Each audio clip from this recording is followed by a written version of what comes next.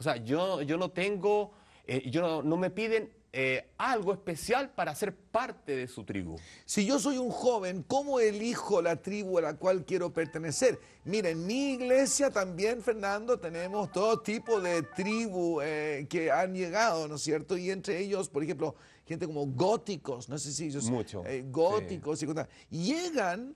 y hay ciertas características. Yo noto que algunos que son un poquito más sofisticados tienden a ser góticos. Y Sí.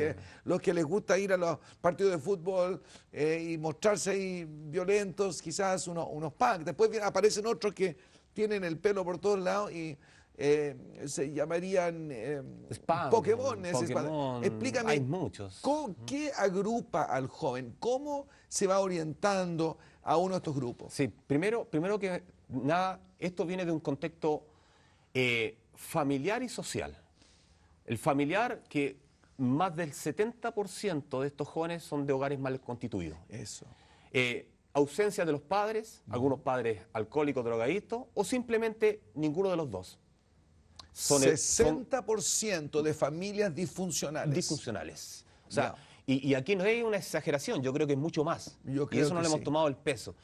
En mi trabajo, en profundidad, en terreno, porque esto no es a base de libros, de estudios, sino que en trabajo, en terreno, testimonios de vidas reales de jóvenes de tribu urbana. Yo no soy un sociólogo con título para estudiarlos a través de un libro, a través de comportamiento. He estado mi experiencia misma en terreno, el trabajo, que digo más que del 70%, problemas graves, incluso voy más en la profunda, incluso hemos notado gran parte de estos jóvenes que han querido ser abortados. Y ellos no tenían idea. Ahora, investigando, estudiando, trabajando con la familia, con los padres, nos Sí. hemos dado cuenta de esa realidad que ellos desconocían. Producto. Llegó a la adolescencia y explotaron. ¿Cuál fue el comportamiento? A lo mejor, hogares mal constituidos, violencia, drogadicción, alcoholismo de los padres, ausencia de los padres, Sí. y toda esa cosa se junta en un mundo individualista en la cual va a llegar el momento de que ellos se van a tratar de revelar. ¿Y cómo se revelan muchas veces? La vestimenta, la forma de vestir. Es por eso que tienes ahí despreciado y desechado que muchos que pertenecen a una tribu efectivamente se sienten, tú dices, hasta sintiendo el rechazo intrauterino que se quiso, lo quisieron abortar de alguna manera, percibiendo aquello. Tú por eso tienes aquel el lema en tu polera. Sí, y este lema aparece en la Biblia, en Isaías 53:3, que Jesucristo, el Mesías, iba a ser despreciado Sí. y desechado. Y de una u otra manera, todas estas tribus urbanas, pandillas juveniles, la juventud en sí, se siente así. ¿Por Se qué? siente de una manera despreciado, desechado. ¿Por qué? Porque la sociedad Sí. muchas veces le margina. Los medios de comunicación han estigmatizado a todos estos jóvenes.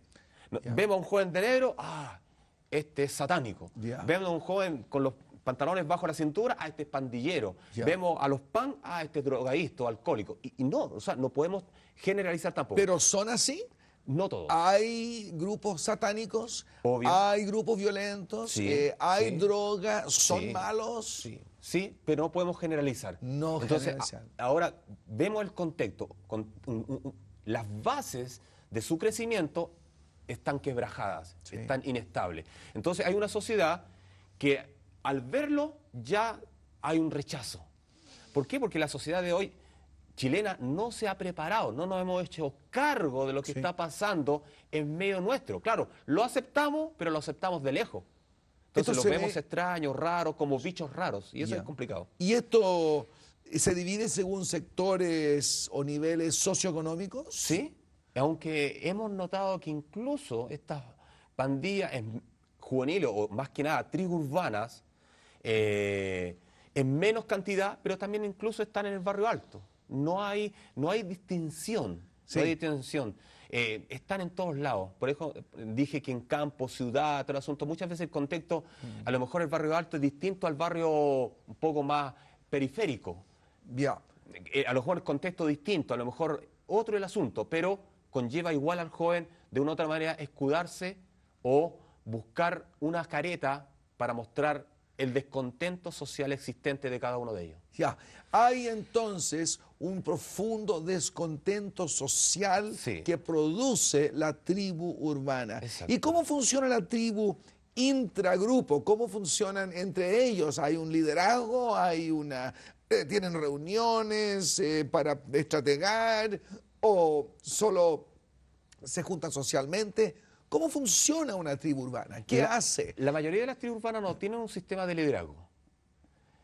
A no ser que la tribu urbana más organizada en ese sentido son los skinhead neonazis y algunos skinhead antifascistas, que son los Sharp. ¿Y ellos quieren injerencia política?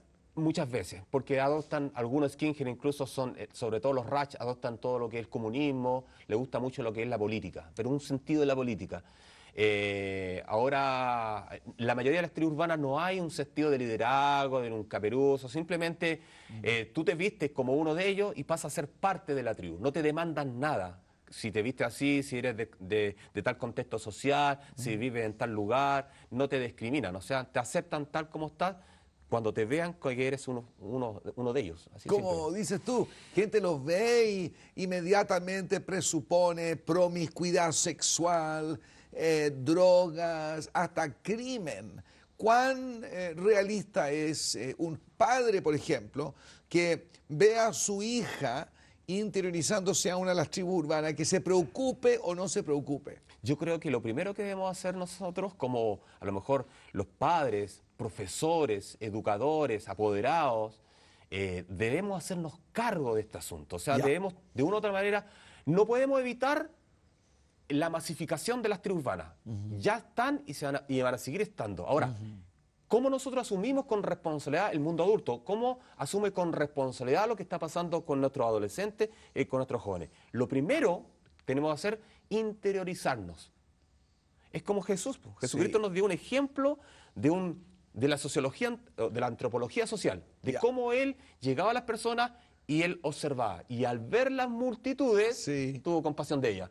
¿Por qué? Porque observó. Lo primero que debemos hacer es acercarnos, no minarnos, no quitar la privacidad de cada uno que tenga, pero sí meternos en qué es lo que están viendo, qué es lo que están escuchando, por qué se están vistiendo así, cuál es el comportamiento, a dónde van.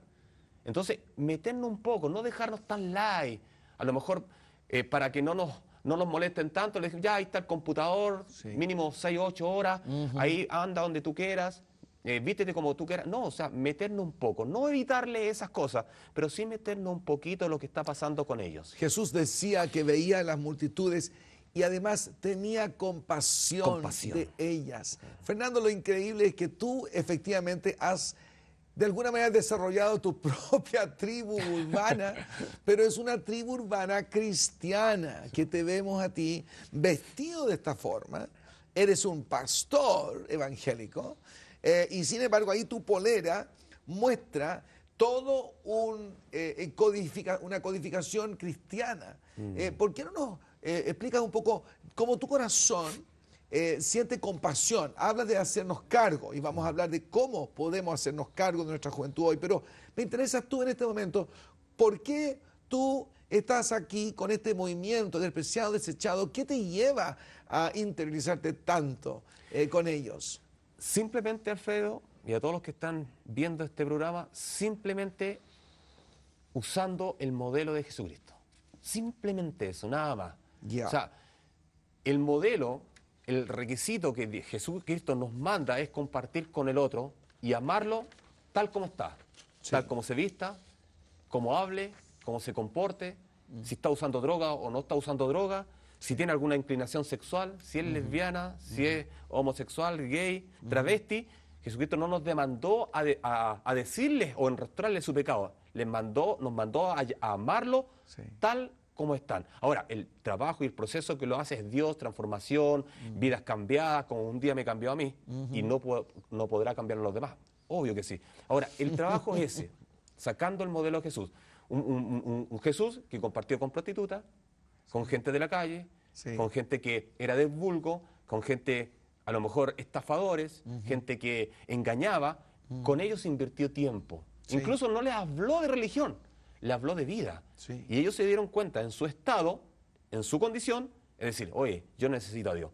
O sea, eso es un trabajo que compete a Dios, el cambio, la transformación del toque del Espíritu Santo en la vida del ser humano, no Sí. nosotros.